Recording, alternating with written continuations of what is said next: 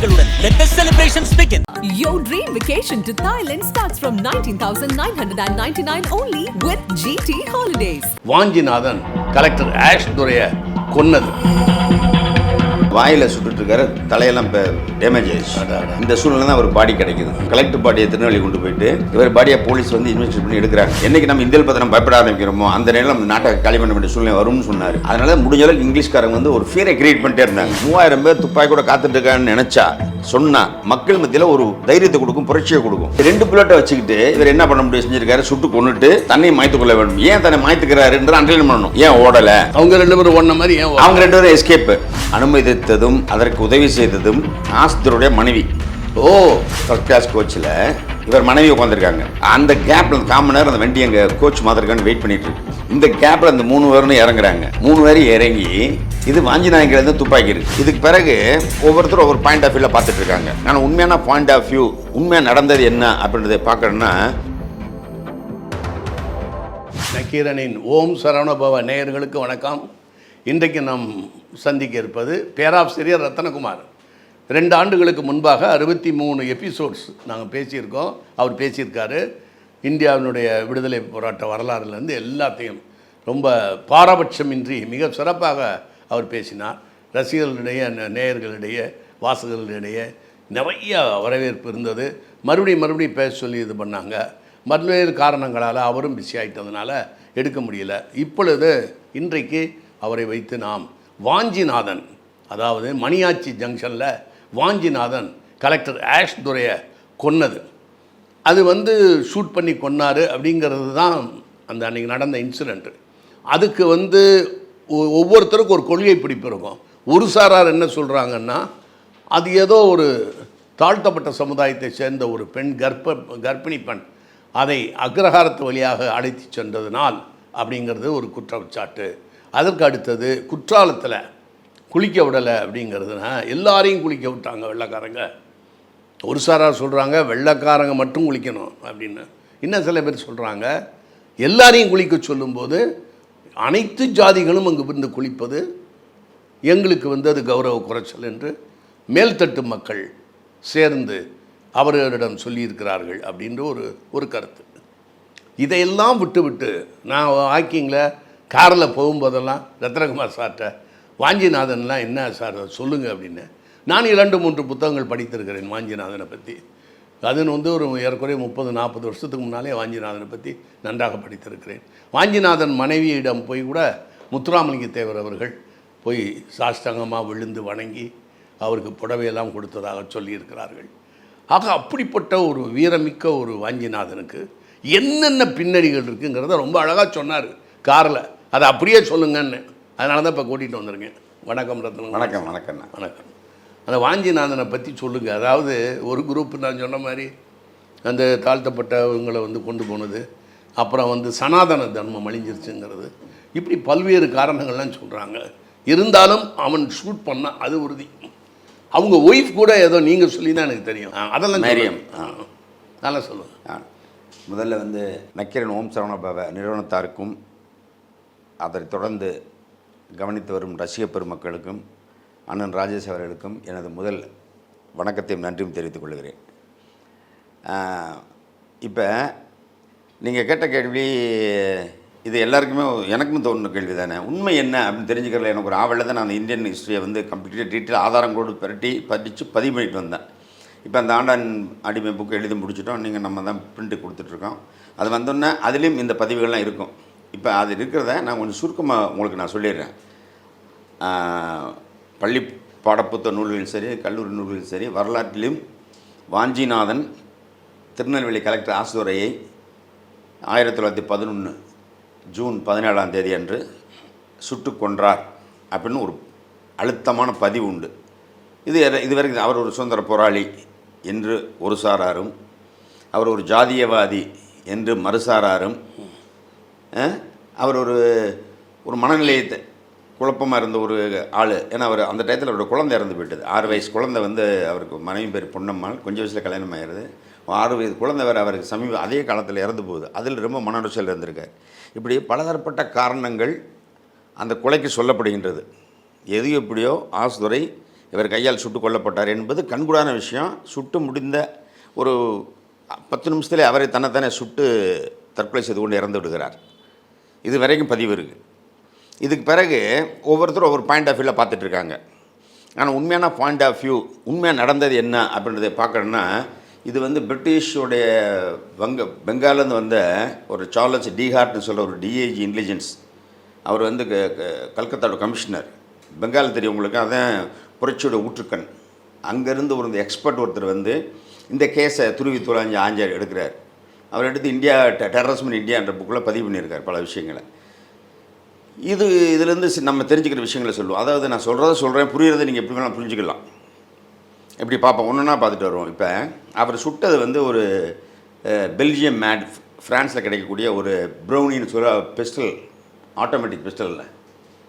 அன்றைய காலகட்டத்தில் 1911 அந்த மாதிரி மாடர்ன் வெப்பன்ஸ் எப்படி வாஞ்சிநாதன் கைக்கு வந்தது, நல்ல இன்வெஸ்டிகேஷன். நீங்கள் இந்த ஆங்கிளில் பார்த்தது உண்மை தெரியும். அப்போ ஒரு சாதாரண ஜாதி சண்டைக்கு மத சண்டைக்கு போகிறோம், அறுவாடு வெட்டலாம், கத்தி எடுத்து குத்தலாம், அவ்வளோதானே நம்ம மேக்ஸிமம் போக முடியும். எது இவர்கள் சிலர் ஒரு சாரா சொல்லும்போம்படி வாஞ்சிநாதன் கலெக்டர் ஆசுத்துறை வந்து செங்கோட்டையில் ஒரு அக்ரஹாரம் பகுதிகளில் ஒரு கர்ப்பிணி பெண்ணை ஒரு பிரசவத்திற்காக வண்டியில் கொள்வதற்கும்படி அனுமதித்தார் அல்லது போக நிர்பந்தித்தார் அப்படின்னு சொல்லப்படுது. இது ஒரு கருத்து. இதனால் வந்து சனாதன தர்மம் அழிந்து போனதாகவும் அழிக்கப்பட்டதாகவும் பிராமணர் இதனால் கொதித்து போனதாகவும் அதில் ஒருவரான வாஞ்சிநாதன் இதற்கு பலியெடுப்பதற்காக ஆசுதுரை சுட்டு கொன்றார் அப்படின்ற ஒரு பதிவு. இப்போ இதை பார்ப்போம்.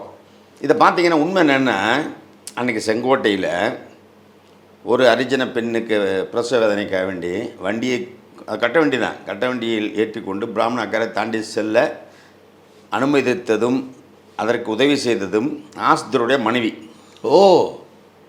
சொன்னீங்க மேரின் அந்த அம்மா வந்து கொஞ்சம் உடல் சரியில்லாமல் இருந்தவங்க. அவங்க வேகமாக இறந்துடுவாங்கன்னு அவர் ஊருக்கு லண்டன்லேருந்து திருநெல்வேலிக்கு வரவழைத்து அவர் பிள்ளைகள்லாம் கொடைக்கானலில் படிச்சுட்டு 4 குழந்தைங்க. இந்த குழந்தைங்களை பார்க்குறதுக்காக வேண்டி தான் ஆசுதுரை கொடைக்கானலுக்கு போயிட்டுருக்கார். அப்போ தான் சுட்டுக் கொல்லப்படுகிறார். அவர் போகும்போது அதே ஃபஸ்ட் கிளாஸ் கோச்சில் இவர் மனைவி உட்காந்துருக்காங்க. அந்த 1911 ஜூன் 17 9:30 திருநெல்வேலியிலேருந்து இந்த வண்டி புறப்படுது மணியாட்சிக்கு. அதே ட்ரெயினில் 3 பேர் ட்ரெயின் ஏறுறாங்க. வாஞ்சிநாதன், இதெல்லாம் பதிவில் கரெக்டாக இருக்காங்க டைம் படி. வாஞ்சிநாதன், அவருடைய மைத்துனர் சங்கர கிருஷ்ண ஐயர், அவரோட சேர்ந்து மாடசாமி பிள்ளை, இந்த 3 பேரும் ட்ரெயினில் ஏறுறாங்க. ஏறி 9:30 ட்ரெயின் வந்து மணியாட்சி வந்துடுது. அங்கேருந்து அவர் போட்மெயில் எக்ஸ்பிரஸ் மாதிரி கொடைக்கானலுக்கு காட்டோடு போகிறவர். அந்த கேப்பில் அந்த 1/4 மணி நேரம் அந்த வண்டி அங்கே கோச் மாத்திரக்காண்டு வெயிட் பண்ணிகிட்ருக்கு. இந்த கேப்பில் அந்த 3 பேரும் இறங்குறாங்க. 3 பேரும் இறங்கி இது வாஞ்சிநாயகிலேருந்து துப்பாக்கி இருக்குது, மீதி 2 பேர் சப்போர்ட் வர்றாங்க. அதை வாஞ்சிநாயகன் மிஸ் பண்ணால் அடுத்த சிவசங்கர் ஐயர், அவர் மிஸ் மாடசாமி, 3 பேரும் ஷூட் பண்ணுறது பிளான். இந்த பிளானில் தான் அவங்க உள்ளே ஏறுறாங்க. இப்போ வாஞ்சிநாதன் ட்ரெயினுக்குள்ளே ஏறிடுறாரு. உள்ள அவங்க செக்யூரிட்டி கொஞ்சம் அசால்ட்டாக தான் இருக்காங்க. சின்ன இப்போ மாரி ஃபுல் செக்யூரிட்டி கிடையாது. ஒரு கூட வந்து ஒரு 4 ஒரு ஆஃபீஸர்ஸ் கூட 2 பியூனு தக்கார் இவங்களாம் செகண்ட் கிளாஸில் வர்றாங்க. கலெக்டர் ஃபஸ்ட் கிளாஸில் ஏற்றலை. அவங்களாம் செகண்ட் கிளாஸில் இருக்கும்போது இவங்க அந்த கலெக்டரை பார்க்க வர்றதுக்குள்ளே இவர் ஏறிடுறாரு. ஏறி போய் பாயிண்ட் பிளாங்கில் அவரை சுட நினைத்திருந்தால் இவங்க சொல்கிறபடி இந்த சனாதன தர்மம் அதோட இந்த அக்ரஹாரத்தில் வண்டி போனது, இதனால் பார்ப்பனிசம் பாதிக்கப்பட்டதாக பிராமணிசம் நினைத்து கொண்டது உண்மையாக இருந்தால், அதற்கு பழிவாங்க வாஞ்சிநாதன் வந்திருந்தால் அவர் என்ன செய்யணும்? 2 பேர் பாயிண்ட் பிளாங்க எதுக்கு உட்காந்துருக்காங்க, ஹஸ்பண்ட் ஒய்ஃபும். அந்த மேரி அம்மா தான் அந்த இதுக்கு சமூக தொண்டு மூலியமாக அந்த காரியத்தை பண்ணவங்க. அதாவது அக்ரஹாரத்துக்குள்ளே ஒரு கர்ப்பிணி பெண்ணை கட்ட வண்டியில் கொண்டு போய் ஆஸ்பத்திரிக்கு அனுப்பி வச்சது அந்த அம்மா தான், அவங்க ஒய்ஃப், ஆஸ்துடைய ஒய்ஃப் மேரி. அப்போ என்ன செய்திருக்கணும்? இவங்க வாஞ்சிநாதன் மேரியாத்தையும் சுட்டுருக்கணும் பாயிண்ட் பிளாங்கில். அவருக்கு கையில் 2 புல்லட் இருக்குது கண்ணில். அப்புறமேலும் தெரியும் 2 புல்லட் உள்ளே இருந்தது. இன்வெஸ்டிகேஷன் அப்புறமேலும் தெரியுது அந்த புல்லட் எத்தனை அந்த பிஸ்டலில் இருந்ததுன்னு.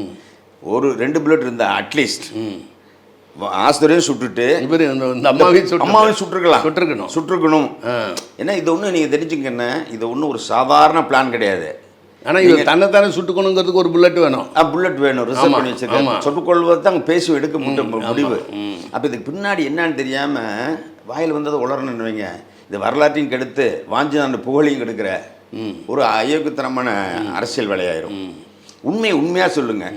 அது எப்படி வேணாலும் புரிஞ்சுக்கிறது அவங்க சக்தியை பொறுத்தது. அப்போ இந்த இடத்துல அந்த அக்ரஹார பிரச்சனை இருக்கும் பட்சத்தில் இருந்திருந்தால், வாஞ்சிநாதனுக்கு அந்த எண்ணம் இருந்திருந்தால், அவர் சுட வேண்டியது அந்த லேடியை தான். முதல்ல சுழற்சி கூட ரெண்டாவதாக சுட்டுருக்கலாம். 2 புல்லட் இருந்தது. அப்போ முதல் புல்லட் மட்டும் கலெக்டருக்கு நேருக்கு செஸ்ட்டில் அடிக்கிறாரு, ரைட் சைடில் அடிச்சுட்டு ட்ரெயின் விட்டு தப்பிச்சுடுறாரு. ஸ்மூத்தாக இறங்கிடுறாரு வண்டியை விட்டு கீழே. சத்தம் கேட்ட பிறகு தான் ரயில்வே ஸ்டேஷனோட மாஸ்டர் சன்னு அவங்களும் கொஞ்சம் பேர் பயந்துறாங்க, யாரும் பக்கத்தில் வரல. இவர் ஓடுறாரு, ஓடின பிறகு விரட்டுறாங்க. இதுக்குள்ளே கலெக்டரோட ஆட்கள் இறங்குறாங்க. எந்த போலீஸும் கிடையாதுன்னு அண்டர்லைன் பண்ணிக்கோங்க. இப்போவுமே ரயில்வே போலீஸும் பெருசாக கிடையாது.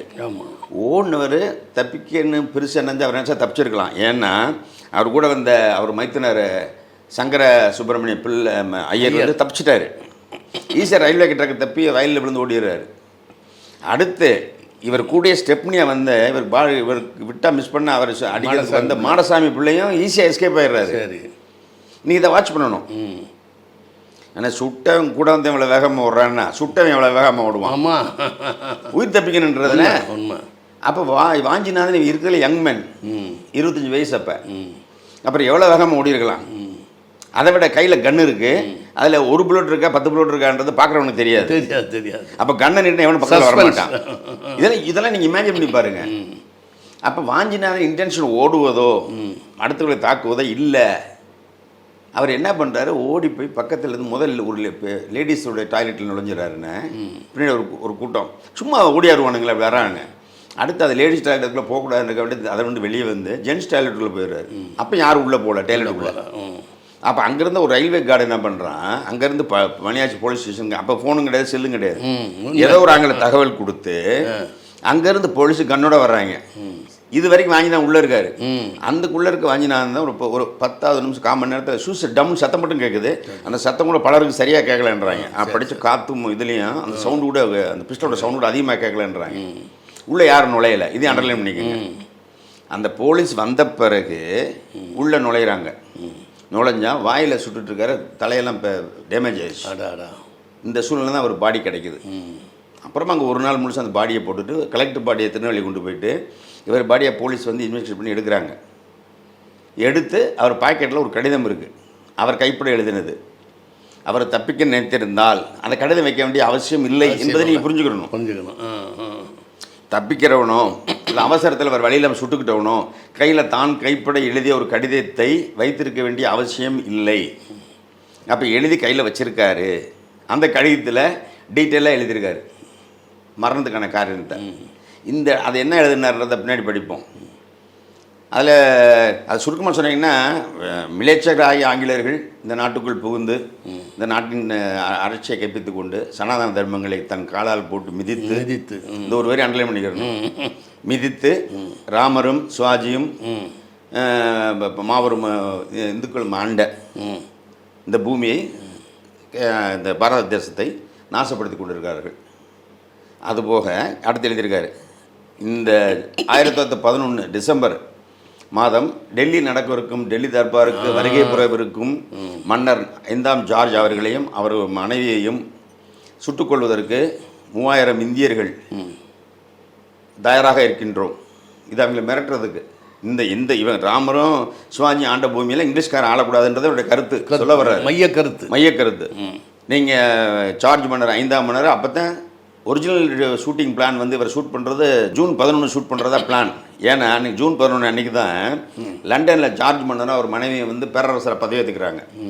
அந்த நாளில் இங்கே ஒரு இங்கிலீஷ்காரனை சொல்கிறது, அது பர்டிகுலர் ஆஸ்துரை சொல்கிறதுன்னு பிளான் பண்ணியிருக்காங்க. அன்றைக்கி 11 வந்து ஆஸ்துரை அவைலபிளாக இல்லை. என்னையா அவர் ஹெல்டப் ஆகிருக்காரு. அதனால் இவங்களுக்கு பாயிண்டில் சிக்கலை. சரி, அதனால தான் 17 அவர் வந்து கொடைக்கானல் போகிறாரு. தன் குழந்தைங்க 4 குழந்தைங்க படிச்சுட்டு இருக்கு. அவங்கள பார்க்குறதுக்காண்டு ஒய்ஃபோட போகும்போது தான் டைம் ஃபிக்ஸ் பண்ணி அந்த டேட்டு 1 வீக் கழித்து ஷூட் பண்ணுறாங்க. இதுதான் வரலாறு. இப்போ இந்த இடத்துல நீங்கள் வாங்க, சூசைட் பண்ணி இறந்துடுறாரு. இடத்து பேர் பாடியை கேப்சர் பண்ணி அந்த லெட்டர் எடுக்கிறாங்க. இந்த லெட்டரில் தான் விஷயம் நீங்கள் உங்களுக்கு இப்போ தெரியுது இந்த லெட்டர் எழுதியிருக்காருன்னு. ஆனால் ஒரிஜினலாக வந்து பிரிட்டிஷ் போலீஸ் வந்து அந்த லெட்டரை மறைக்கிறதுக்கு தான் மிஸ் பண்ணியிருக்கு.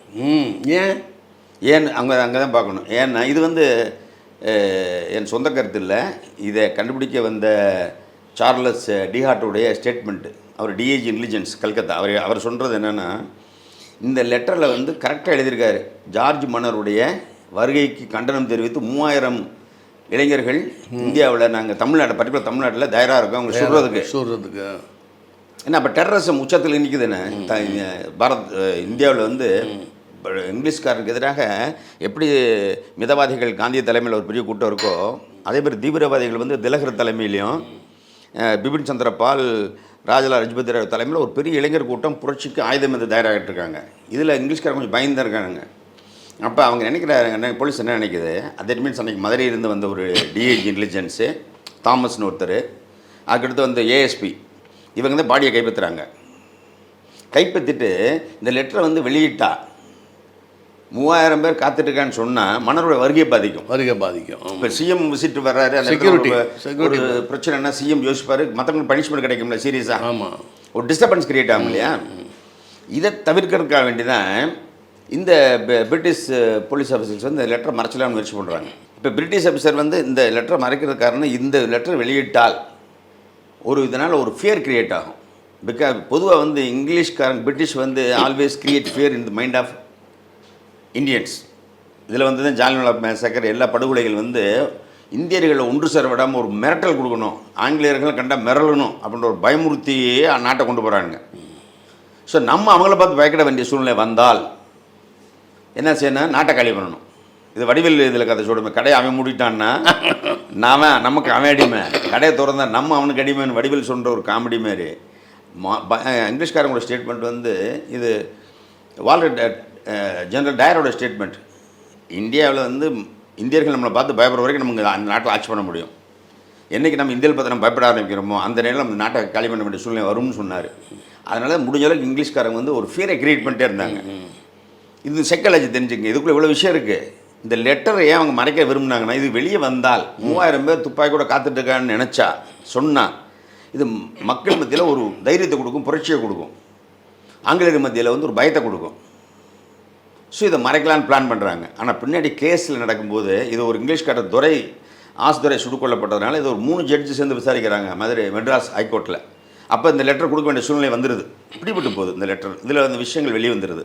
அதில் வந்து அந்த சனாதன தர்மன்ற ஒரு வார்த்தையை எடுத்துக்கிட்டு தான் இவர் ஒரு ஜாதியவாதின்னு முத்திர குத்த ட்ரை பண்ணுறாங்க. சரி, ஒரு குரூப் ஒரு சாரார்.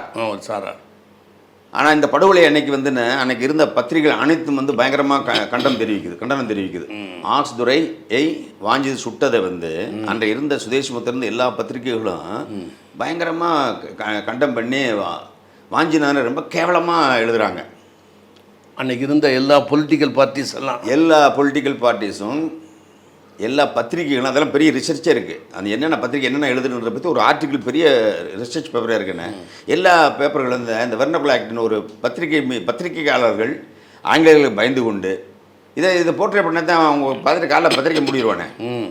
ஹிந்து வரைக்கும் அன்றைக்கி இது சுயேட்சமத்திலேருந்து மலையாள மலரம் எல்லா பத்திரிகையும் வந்து இது காட்டு முன்னாடி செயல், காட்டு தரம், இது ஒரு ரொம்ப வன்மையாக கண்டித்தக்கதுன்னு பயங்கரமாக வாஞ்சிநாதனை காய்ச்சி ஊற்றுறாங்க. டெரரிசம் மாதிரி ஒரு ஈனத்தனமான செயல் வரைக்கும் எழுதுறாங்க. இது நல்லா தெரிஞ்சுக்குங்க. இதுதான் அன்றைக்கு சுதந்திர போராளிகளுக்கும் போராட்ட வீரர்களுக்கும் தியாகிகளுக்கும் கிடைச்ச மரியாதை அன்றைய நாளில் வச்சுக்கோங்க. இது நடக்குது. சரி, இப்போ வருவோம். இது ஒரு செக்ஷன் முடிஞ்சாச்சு. அப்போ நான் சொன்ன மாதிரி ஒரு சாதாரண குலசையை நினச்சிருந்தால் அதிகபட்சம் ஒரு நாட்டு வெடிகுண்டு போடலாம். திருநெல்வேலி தென் மாவட்டங்கள் அவைலபிளாக இருக்குது. இன்று முதல் நாட்டு வெடி குண்டுகள் அங்கே அவைலபிளாக இருந்திருக்கு. இது பயன்படுத்தியிருக்கலாம் வாஞ்சிநாதன். ரயிலில் போட்டுக்கலாம்ல, யோசித்து பாருங்கள். இல்லாவிட்டால் அந்த ஏரியாவுக்கு உரிய வீச்சருவா, வேல்கம்பு, வெட்டருவா, இது தென் மாவட்டங்களில் ஈஸியாக கிடைக்கக்கூடிய வெப்பன்ஸ். அதை பயன்படுத்தி கலெக்டர் தாக்கியிருக்கலாம் இல்லையா?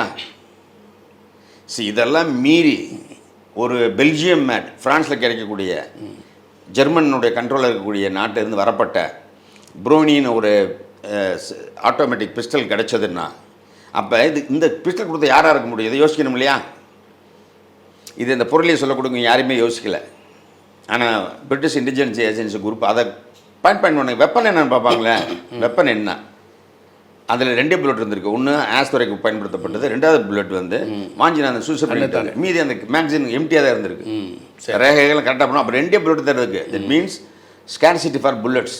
ஆமாம், புல்லட்ஸ் வந்து அவ்வளோ ஈஸியாக அவைலபிளாக கிடைக்கல. அப்போ இந்த 2 புல்லட்டை வச்சுக்கிட்டு இவர் என்ன பண்ண முடியும் செஞ்சுருக்காரு, சுட்டு கொண்டுட்டு தன்னையும் மாய்த்துக்கொள்ள வேண்டும். ஏன் தன்னை மாய்த்துக்கிறாருன்ற அண்டர்லைன் பண்ணணும். ஏன் ஓடலை, அவங்க 2 பேரும் ஓடின மாதிரி ஏன் அவங்க 2 பேரும் எஸ்கேப்பு. அதில் மாடசாமி என்பவரை கடைசி இன்னைக்கு வரைக்கும் பிடிக்கவே முடியல. அவர் மிகப்பெரிய ஃபெயிலியர், அந்த இன்டெலிஜென்ஸ் ஃபெயிலியருக்கு பிரிட்டிஷ்காரங்களுக்கு பெரிய ஃபெயிலியர் வந்து மாடசாமி தப்பி விட்டது. மாடசாமி தான் ஜெமினி கணேசன் நடிச்சிருந்தார் தமிழில். இப்போ பாருங்கண்ணே, இப்போ இதில் நீங்கள் ஒன்றுலாம் பார்த்துடுவாங்க. அதாவது வாஞ்சிநாதன் ஆஸ்தரை சுட்டாருன்றது ஒரு நிகழ்வு, அதுக்கு பின்னாடி என்னென்ன இருக்குன்றதை நான் சொல்ல வர்றேன். இது பல இடங்களில் தேடி பிடிச்சி படித்து லிங்க் பண்ணால் மட்டும்தான் உங்களுக்கு ஒரு ஒரு ஒரு ஃபுல் ஃபிகர் கிடைக்கும். இப்போ வாங்க, இந்த பிஸ்டல் எப்படி கிடைத்தது அதுக்கு வருவோம்.